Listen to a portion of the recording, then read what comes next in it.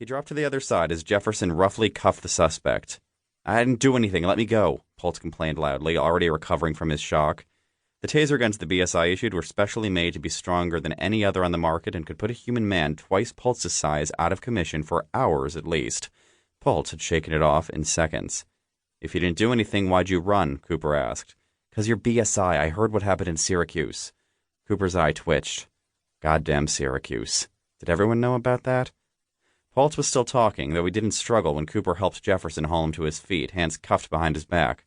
"You're not going to do that to me, man. I'm not going to let you hunt me down." "Like you hunted down Caroline Ticini?" "Aw, man, I barely knew that chick." "I didn't say you knew her. I said you killed her, tore her up, and spit her out," Jefferson said. "I didn't. Benjamin Pultz, you are under arrest. You have the right—" "Wait a minute, are you shitting me? Arrested for what? No way you have anything on me."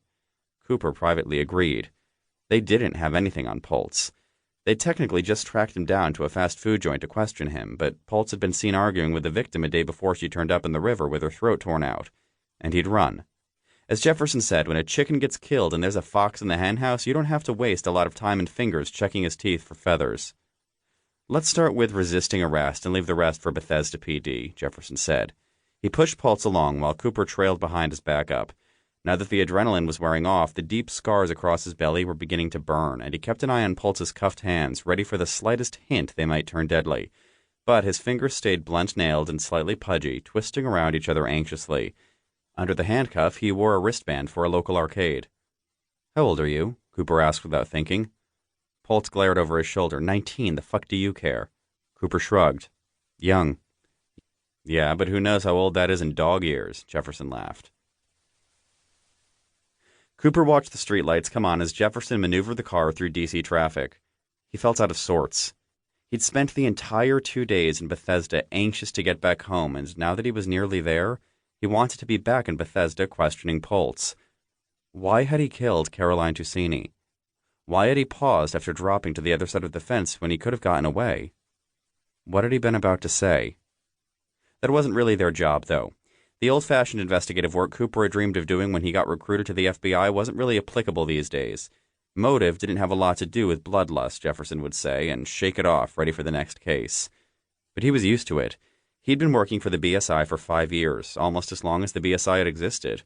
Cooper had only been there for 6 months and wasn't yet comfortable walking away before an investigation was technically closed. After cases like Bethesda, he felt like a glorified bounty hunter, and that wasn't why he'd wanted to get into law enforcement. All that time in school, training, everything he'd given up at home, the fights with his dad for one reason: to join the FBI. And he'd only gotten to stay a few years before moving on to, well, this, and all that this entailed. But it was too late to get out now. He'd been warned. Once he accepted a position with the BSI, he couldn't return to the FBI. It would present a conflict, his supervisors had informed him. How, he didn't understand. They both worked for the same government, both went after bad guys. BSI was technically an offshoot of the FBI. Where did the conflict come in? But he hadn't asked those questions. After Cooper had woken up in the hospital missing 6.5 feet of small intestine with a tube draining his stomach contents out his nose and an invitation to discuss possible promotion opportunities at the mysterious BSI headquarters, the only question he had was what the hell had happened. The BSI told him they could answer that if he agreed to join their team. "Isn't that blackmail?" Cooper had croaked, his throat still sore from the intubation, though thankfully the doctors had removed the nose tube and started him on a nutritional IV. The U.S. government doesn't blackmail. Unfortunately, the answers you want involve extremely sensitive information that is a matter of national security. Ordinarily, you would get the same cover story as your partner did, but you showed promise. So he'd made promises. And when his recovery was complete, he found himself signing away his life in the hushed office of Jacob Furtho, director of the Secretive Bureau of Special Investigations. "Monsters are real," Furtho said, accepting his contract like a pin-pulled grenade and pointing to the chair across his desk.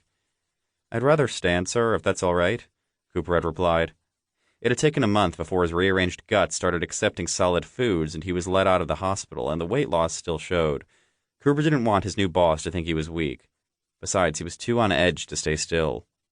What kind of idiot agreed to a job before even knowing what it was? I've had the pleasure of putting away a few monsters already. He'd seen people do terrible things during his 3 short years in the FBI. Had grown up with a sheriff for a father who didn't know the difference between home and work, never mind.